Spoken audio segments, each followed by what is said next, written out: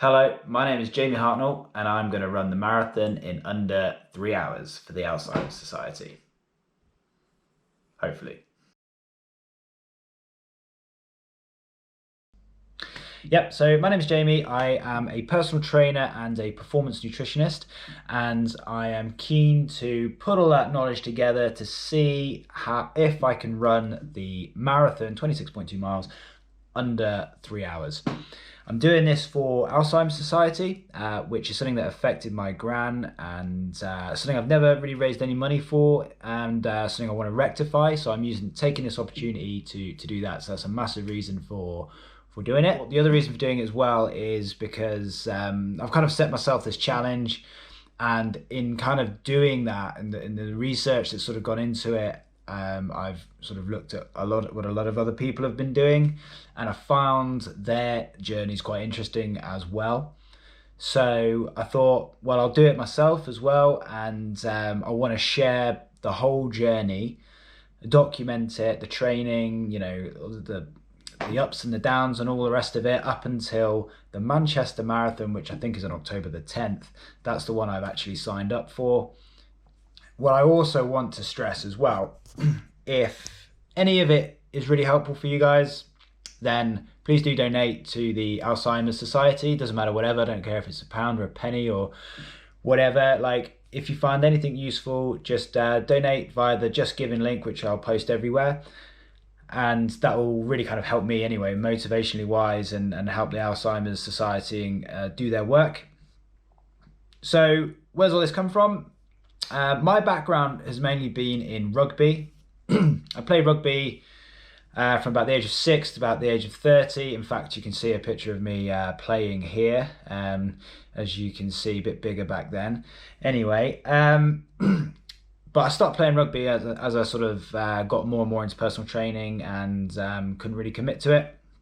So I need something to fill the void, and that's where obstacle course racing came in.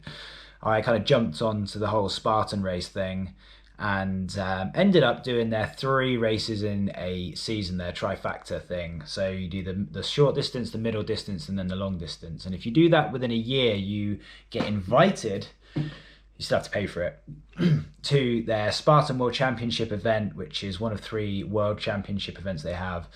And this one is in Sparta in Greece, and that sounded like a lot of fun to me. So I got over to Sparta and did that, and you have to do the 3 races, the 3 distances in 2 days. So you do the small one, the sprints, the middle distance in 1 day, and then you do the final big one, which is about 24 kilometers on the final day.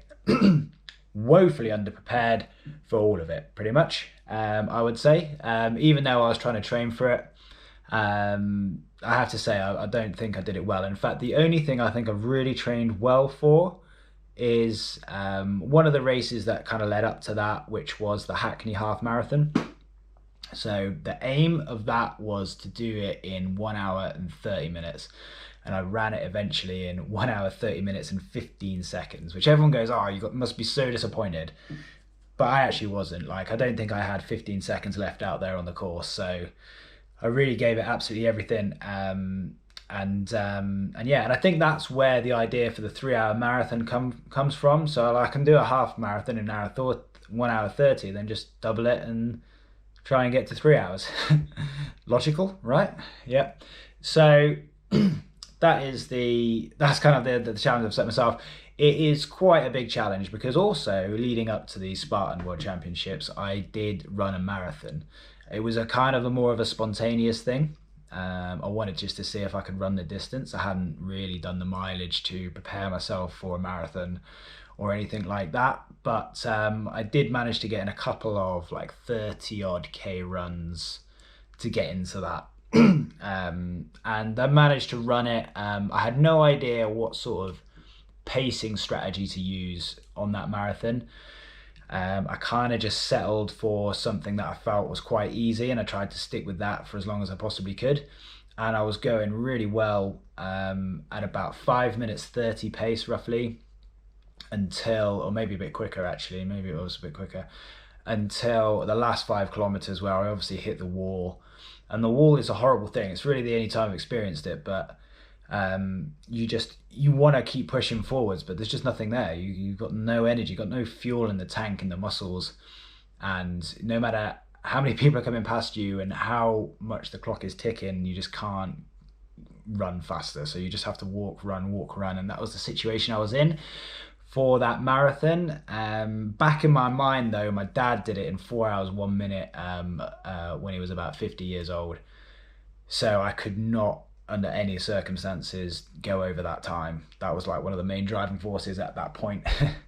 But I wasn't particularly prepared for that marathon, so I ended up doing it in about 3 hours and 54 minutes. So I'm going really from that 3 hours 54 to trying to get it under 3 hours. I think that's quite a big challenge. At the minute, I was running late for a PT session, and I was running there because my car was in for a service, and I did a spontaneous 3 kilometer time trial. I think I held about 4 minutes and 10-second pace for about 3 kilometers, and by the end I was dead. So I do have a long way to go, because the target pace will be about 4 minutes 15 seconds to achieve under 3 hour marathon. Like I said, I'm going to document the journey. There'll be many more videos to come. So if you're interested in following how I'm getting up to, what my training plan looks like, what the nutrition looks like, the kit that I'm using, some of the funny stuff that happens along the way, then subscribe. And also just follow me on Instagram as well, where I'll just be posting a lot of stuff on the stories. And if you find any of it useful, please do donate to the Alzheimer's Society on my Just Giving link. I'm trying to get up to £1,000. That'd be brilliant. And let's get it done.